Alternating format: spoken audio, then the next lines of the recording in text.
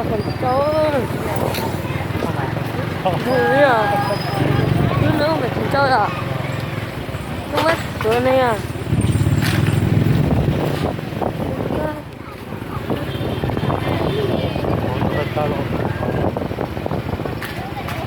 Nhưng mà kiểu là cảm giác rất cần tới á, là cơn thủ tròn nó thế giờ. Nó là cái cần tới. Dạ.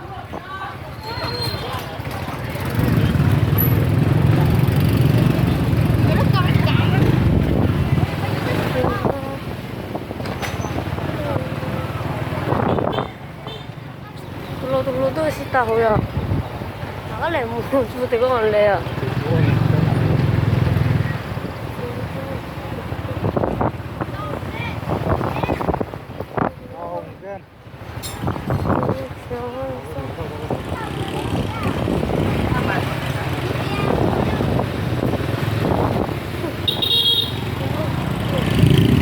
Mày cho một chiếc tôi ra chiếc chạy luôn. Tới chó á lại giống ơi một đứa mà phê rồi không? Dạ. Đó là có được cô lô kìa. Ừ. Hay giờ. Ôi đồ. Em. Ôi trời ơi cô ơi. Dạ. Ôi trời ạ. Chuyện gì đâu. Có ra lận đi. Bố thì kỳ sinh. Ôi ôi cái gì? Mình thấy đâu vậy chị? Mưa. Ôi chết rồi tao lon này kìa. Nếu gặp chậu già chồng không ngay rồi.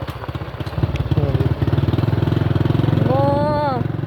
Ôi bão quá à. Nữa. Nhưng mà chắc nhiệt trẻ à.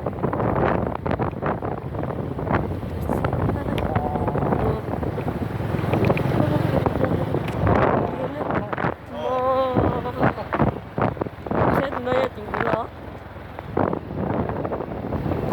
Ba lớn em nó chứ.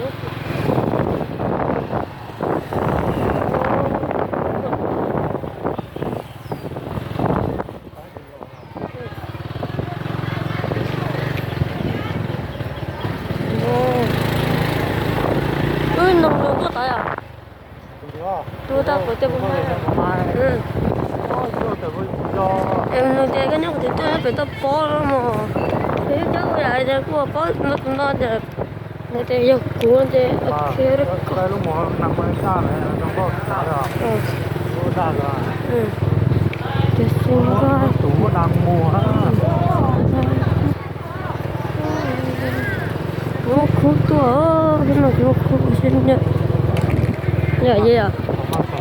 Cái tên nó nó thần châu.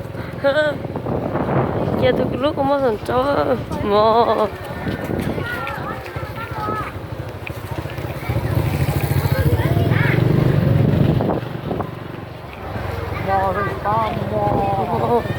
Bút phê giờ. Ừ. Nó phổ đó nó không biết là nó Rồi có. lại rồi không có sắp đi nữa. Giờ bị trên đấy à?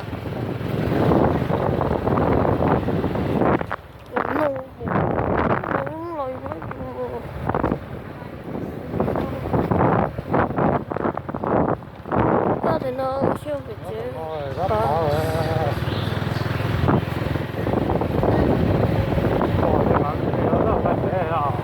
Chưa phải là tuần tên là tuần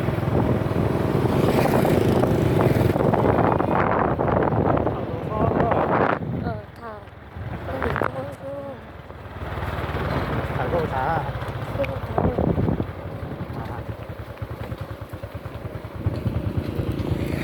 Ôi, có bán gì? Có bán gì?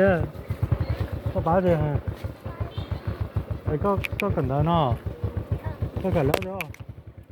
có nhau thì to. Có lúc bè hôi ra. Đấy, có nếu phải bố hôi ra. Và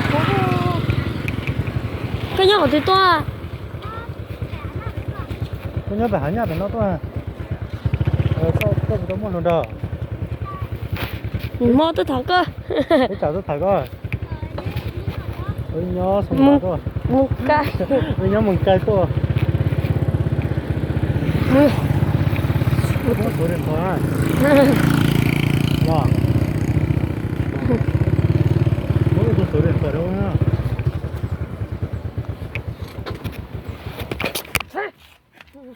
Mỗi một số điện thoại á.